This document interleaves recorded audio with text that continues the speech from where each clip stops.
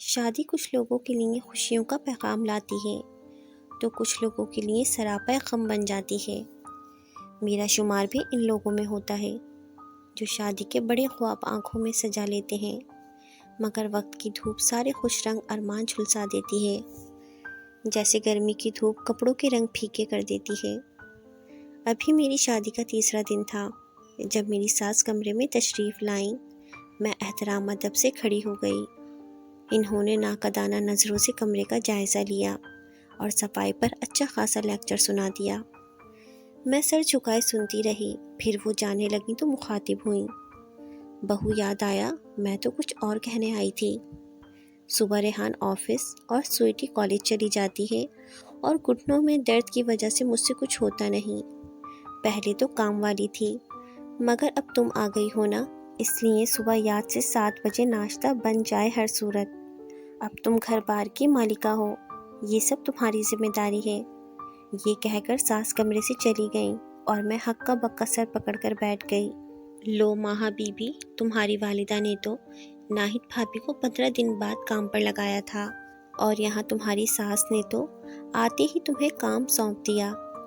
خیر، میں نے جلدی سے کپڑے تبدیل کیے۔ ریحان کمرے میں آئے تو انہیں شوق لگا۔ مجھے دیکھ کر حیرت سے بولے، ماہا تم نے اتنی جلدی اپنا ڈریس چینج کر لیا؟ مہمانوں کی وجہ سے تو میں نے تمہیں جی بھر کر دیکھا بھی نہیں تھا۔ میں نے ایک شکوہ کنہ نظر ان پر ڈالی اور بیڈ کی طرف آ گئی۔ موبائل پر 5 بجے کا الارم سیٹ کیا، ساتھ ہی آنکھیں آنسوؤں سے بھر آئیں۔ اپنے گھر میں تو میں اپنی مرضی سے اٹھنے کی عادی تھی۔ خیر، الارم لگایا، سر سے لے کر پاؤں تک چادر تان لی تاکہ ریحان کو اندازہ ہو جائے کہ میں ناراض ہوں اور مجھے ان سے کوئی بات نہیں کرنی۔ بڑی مشکل سے سو پائی تو الارم کی آواز نے جگا دیا۔ دل چاہا پھر سو جاؤں، ابھی تو سوئی تھی، مگر ساس کے خوف نے اٹھنے پر مجبور کر دیا۔ الارم بند کر کے ریحان کو دیکھا جو خواب خرگوش کے مزے لے رہے تھے۔ دل چاہا کہ انہیں اٹھا دوں کہ مجھے کچھ بتا دیں کہ کچن کہاں ہے، چیزیں کہاں رکھی ہوں گی، مگر پھر خود ہی اٹھ کر کمرے سے باہر نکل آئی۔ سارا گھر سائیں سائیں کر رہا تھا اور سوائے میرے سب مزے سے سو رہے تھے۔ کچن ڈھونڈ کر فریج کا جائزہ لیا، آٹا نکال کر باہر رکھا، کل کا کافی سالن پڑا تھا۔ پھر کمرے میں آ کر وضو کیا، نماز سے فارغ ہو کر کچن کی راہ لی۔ پراٹھے بنا رہی تھی کہ ریحان کچن میں آ گئے۔ میرا خیال تھا وہ اتنی جلدی کچن کا کام کرتے دیکھ کر حیران ضرور ہوں گے اور پوچھیں گے کہ تم یہاں کیا کر رہی ہو، مگر وہ تو آرام سے مجھے سب گھر والوں کی پسند ناپسند کے بارے میں بتانے لگے۔ میری بہن سویٹی ناشتے میں پراٹھے کے ساتھ مکھن لیتی ہے، امی کو سالن پسند ہے اور مجھے پراٹھا آملیٹ کے ساتھ اچھا لگتا ہے۔ ان سب باتوں میں بس ایک بات نہیں تھی کہ ماہا تمہیں کیا پسند ہے۔ ناشتے میں اہم تھا تو بس اپنی پسند اور ناپسند کا تذکرہ۔ 6:45 تک میں نے ناشتہ ریڈی کر کے ٹیبل پر سیٹ کر دیا۔ اسی وقت میری ساس اور نند سویٹی پہنچ گئیں اور سب نے یوں ناشتہ کیا جیسے یہ تو معمول کی روٹین ہو۔ نہ مجھے کسی نے سراہا، نہ ہی تعریفی کلمات سے نوازا۔ 2 دن بعد میری امی مجھ سے ملنے آئیں اور مجھے کچن میں کام کرتا دیکھ کر کافی افسردہ ہوئیں کہ ابھی شادی کو دن ہی کتنے ہوئے ہیں، ہاتھوں میں مہندی کا رنگ پھیکا نہیں ہوا، اور مجھے لگا دیا کام میں۔ امی نے مجھے ساتھ لے جانے کی بات کی تو میری ساس نے صاف جواب دے دیا، نہ بھائی، ہمارے ہاں رواج نہیں کہ بہو ایسے میکے چلی جائے۔ اتنی جلدی میکے چلی گئی تو پھر سسرال میں دل کیسے لگے گا۔ میری امی ساس کے اس انداز سے غمزدہ واپس چلی گئیں۔ یہ اس کے 2 دن بعد کا واقعہ ہے۔ میں نے آٹا گوندھنے کے لیے کنستر کا ڈھکن اٹھایا تو میری چیخ نکل گئی۔ اس میں ایک مردہ چڑیا خون میں لت پت پڑی تھی۔ میری چیخ سن کر سب آ گئے۔ میری ساس نے غصے سے کہا، کیا موت پڑ گئی ہے؟ آٹا گوندنے کو کہا تھا، تم نے چیخنا شروع کر دیا۔ میں نے آٹے کے کنستر کی طرف اشارہ کر کے کہا کہ اس میں مردہ چڑیا پڑی ہے۔ میری ساس اور ریحان دونوں نے کنستر کو دیکھا، پھر ایک دم ساس سیدھی ہوئی اور بولی، بہو اندھی ہو گئی ہو کیا؟ یہاں کچھ بھی نہیں ہے۔ میں نے گھبرا کر دیکھا، اب کہ اس میں واقعی کچھ نہیں تھا۔